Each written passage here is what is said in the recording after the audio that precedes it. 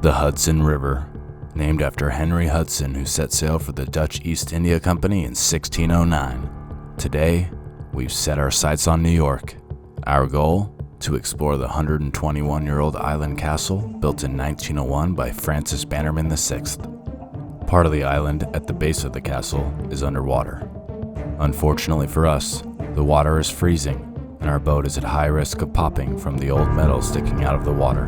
High wake, any sudden movements, or an underwater piece of metal puts us in the water. And once we're in, hypothermia can set in as little as 5 minutes and can even cause death in less than an hour.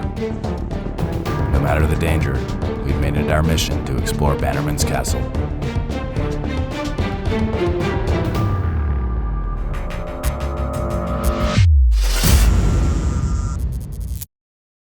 Alright, how's it going, everybody? We're out here about to go to Bannerman's castle right now, and it's a bit of a raft upstream. Super excited, but the current's just a little bad. You can kind of see, so we're gonna have to go a little bit upriver. I think we'll be good. Right now, Rick and I are hiking a half-mile along the railroad tracks for the best possible launch. Although the wake isn't terrible, the current can easily tire us out and make it next to impossible to make it to the island. So launching the boat downriver at all is not an option for us. Our best bet is to come at the island upriver from a diagonal angle and go with the current. With all the potential dangers ahead, energy conservation is everything. This actually feels better. Really? Yeah, because now it's equal pressure on both shoulders. Like 100 pounds of weight on you? No, it's probably about 75 pounds right here. This reminds me of the Marine Corps. Yeah, I know, right? What if the boat pops? Well, if the boat pops, we're like, I want to call it Coast Guard. We'll be fine. I don't even think we'll get in trouble. We'll just call them and be like, look, we were just doing a self-kayaking tour. Yeah. Well, where do you want to land? Think you want to, I guess, right in front of the thing, huh? It's flat. Right in front of the castle? Sure. Yeah, I guess we could. How many minutes do you think it would take you from here? I don't know, man. It'll probably take me like 10 minutes, 15 minutes. Oh, that's not bad. Yeah. It depends on how it feels with the current. Yeah. I mean, as long as we just take our time with it and we stay as sturdy as possible, I think we'll be good. Yeah, we got to make sure we land somewhere where it's like safe. Yeah, so maybe just straight into the heart of it. All right, how's it going, everybody?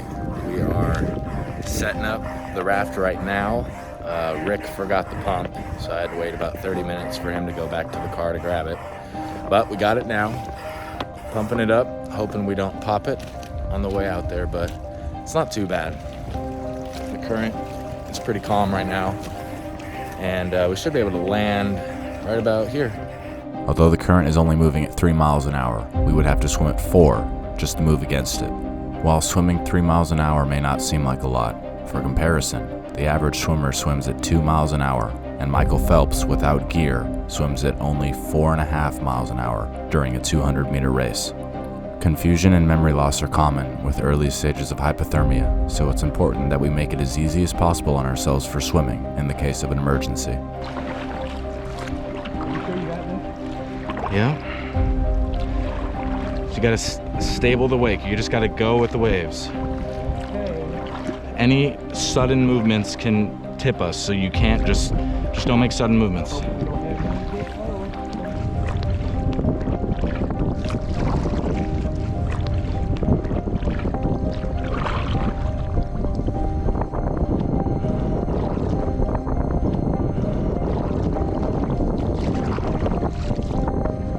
right, where do you want to pull up? I hope we can handle that. I just hope it don't have much. We're getting close to metal, so I want to make sure we're not going to hit. All right. Good? Yeah. After successfully making it to the island, we unload our gear and proceed to tie down the boat. The tide is constantly shifting on the Hudson, so bringing the boat inland a little ways and tying it down just in case is extremely important to ensure the boat isn't taken away by the current. We made it, bro.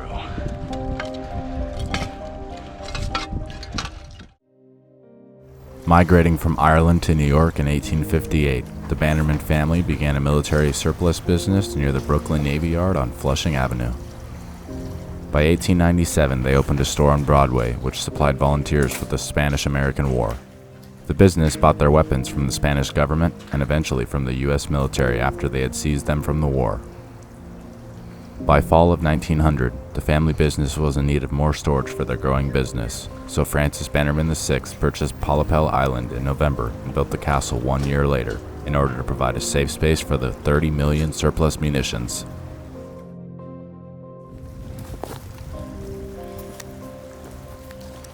Right now, Rick and I walk towards the century-old castle, making sure we tread lightly and watch every step to ensure the crumbling castle doesn't come down on us.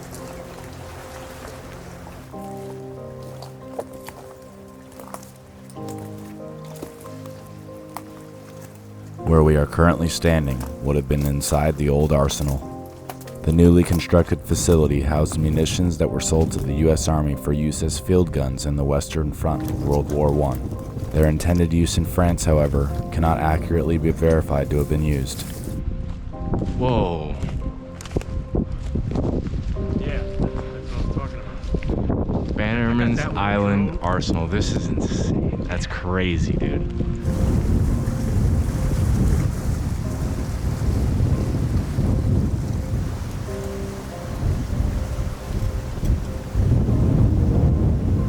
With business booming into the late 1910s, future construction of the island stopped after Francis Bannerman VI's death in 1918. And nearly 2 years later, the company would suffer a massive disaster on the island. It's unclear exactly how it happened, but 200 pounds of powdered munitions exploded inside the castle structure, bringing down with it an entire section of the castle.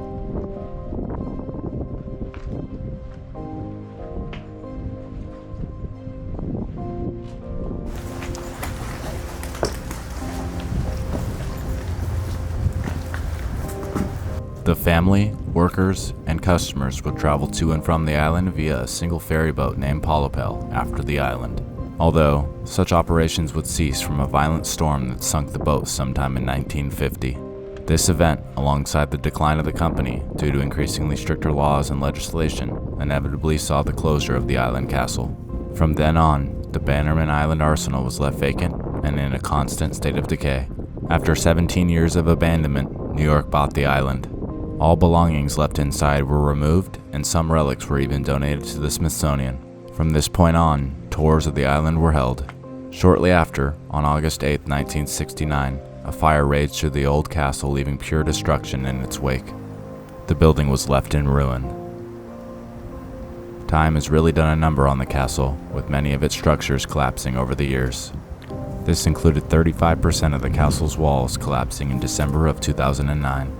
In order to ensure no future degradation of the building's shell, massive metal support beams were installed on the castle's front facade in 2015.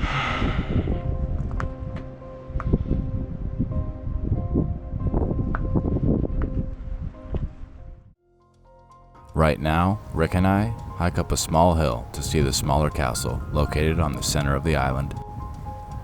Francis built the small castle to be his own residence and even added small decorative touches to resemble the larger castle. Although no longer inside the residence today, Bannerman used specific munitions from the arsenal as decorative touches inside his home. In comparison to many castles in Ireland, it's apparent his image of home never left him the day his family left to America. Now we get to see Francis's old home.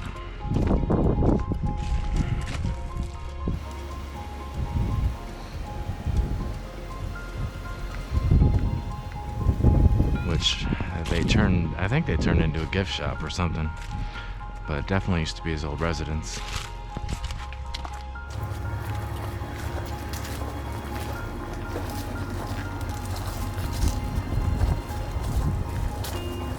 It's a pretty nice estate.